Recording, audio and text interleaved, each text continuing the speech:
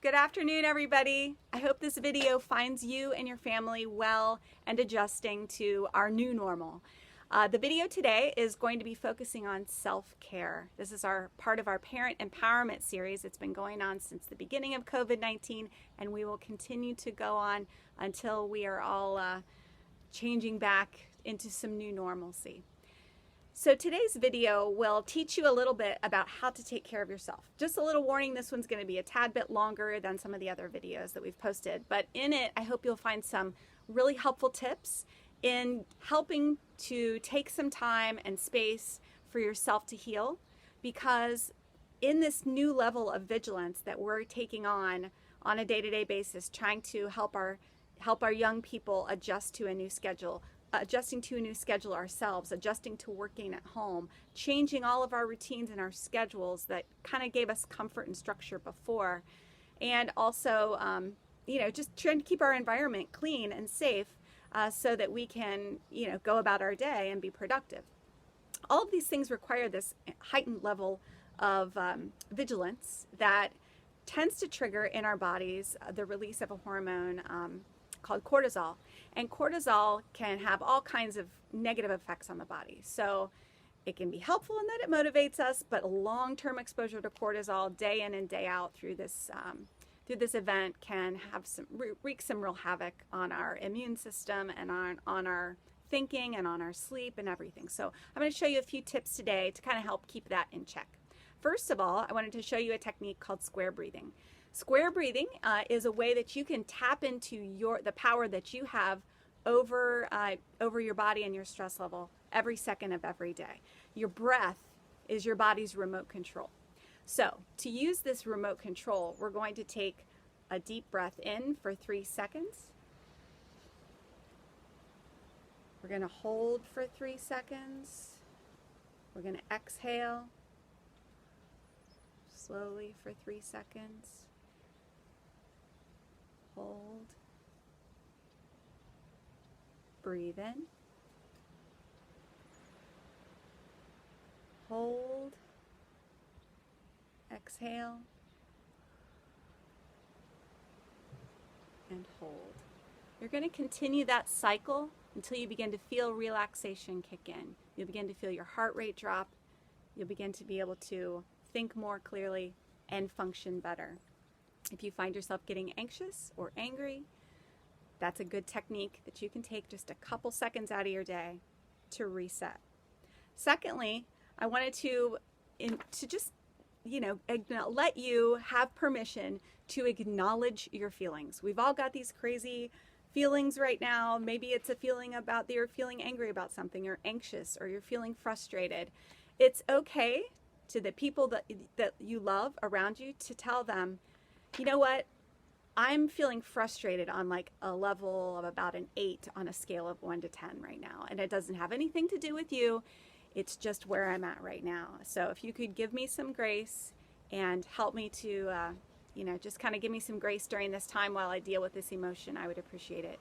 Just kind of giving people around you a heads up to where you're at can really be constructive for maintaining those relationships in the heart of this unusual situation. So acknowledge those feelings. Then if you're finding that your young people around you are having similar feelings, they may not have the language.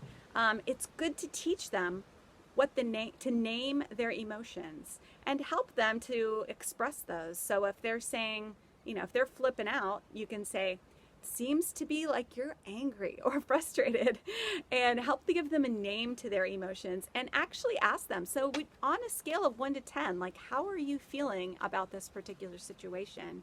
And help them to kind of be able to understand the difference between a little bit of fear and a lot of anxiety.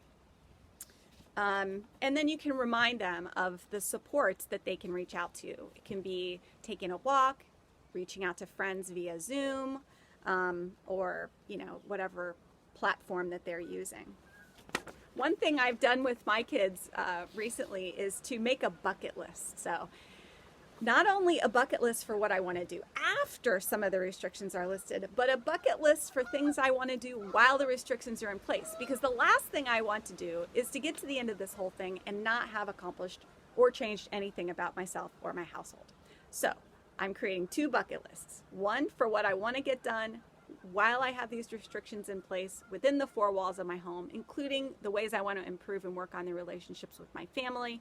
And then secondly, a bucket list for things that I want to do once this is over. Thirdly, there is this story, and it's about these 2 bears, and there happens to be a big famine in the forest, okay? So there's this one bear, and he's super aggressive, and he is just like takes other people's stuff, and he's like really angry all the time, and he's always on the offensive, and he's just in everybody else's face, and he's making sure that his needs are taken care of above every other bear in the woods. There's a second bear, and the second bear sees this as an opportunity to share with others, care for others, give to others, to be empathetic, to be kind, and to love other bears in the woods. Guess which bear survives? It's the one that you feed. So we need to take a look at ourselves. Which bear are you feeding? Are you feeding the angry bear? Are you feeding the one that is aggressive and angry and holding everybody else accountable and blaming? Or are you feeding the one that takes this opportunity to be kind and loving to those around us? So along these lines, one of the biggest ways you can take control over which bear you are feeding is to curate where and how you are getting your news, how much news you're letting get into your life. We could easily be consuming news about this situation 24/7, 10 times over from 10 different channels at any given time.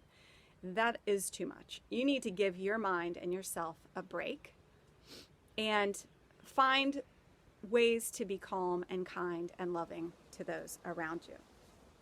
If I can make a suggestion in terms of, getting your news, I find that Governor DeWine and Dr. Acton tend to bring some kindness and patience and empathy to the news that they're presenting, but at the same time, they're trying to be as truthful and forthright as they possibly can. So if you need to have a suggestion on kind of where to be getting consistent messaging, that would be a good option that you could check into.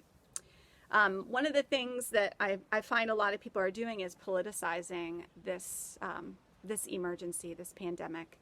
There will be plenty of time for us to politicize and lay blame after people's lives are not in danger and after we're not in an emergency situation.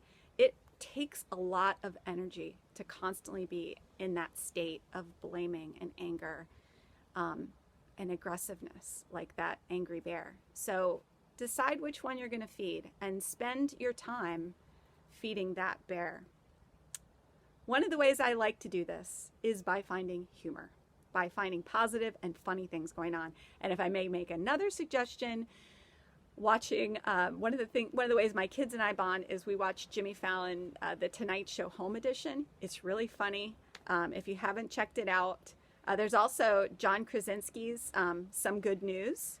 And both of those are available on YouTube. You don't have to stay up late to watch either one of those. Finally, put together a self-care plan for yourself. Now, this is obviously not the time to beat up on yourself if your exercise routine's gone out the window or your diet's gone out the window. We have enough extra pressures right now, just like adapting to this new normal. So, but there are ways that you can make a self-care plan. In the comments below, I will post a way that you can do a self-care plan. And I also, again, post the handout on balancing work, life, and play, or work, rest, and play. So both of those will be in the comments section below. As a part of your self-care plan, you should consider getting rest and making sleep a priority. Like I said, just being in this constant state of vigilance can be very exhausting for you. Watch your intake of caffeine and alcohol, because both of those things can be very disruptive to your sleep. And then finally, on our website, www.fairfieldcoalition.org, I have a list of self-care resources that are there for you. And if you go on our homepage, go to Home at the top and pull the pull-down menu, you will find a list of self-care resources. So I wanted to thank you very much for tuning in. This is Deb Nyer, Fairfield Prevention Coalition, and stay well. Thank you.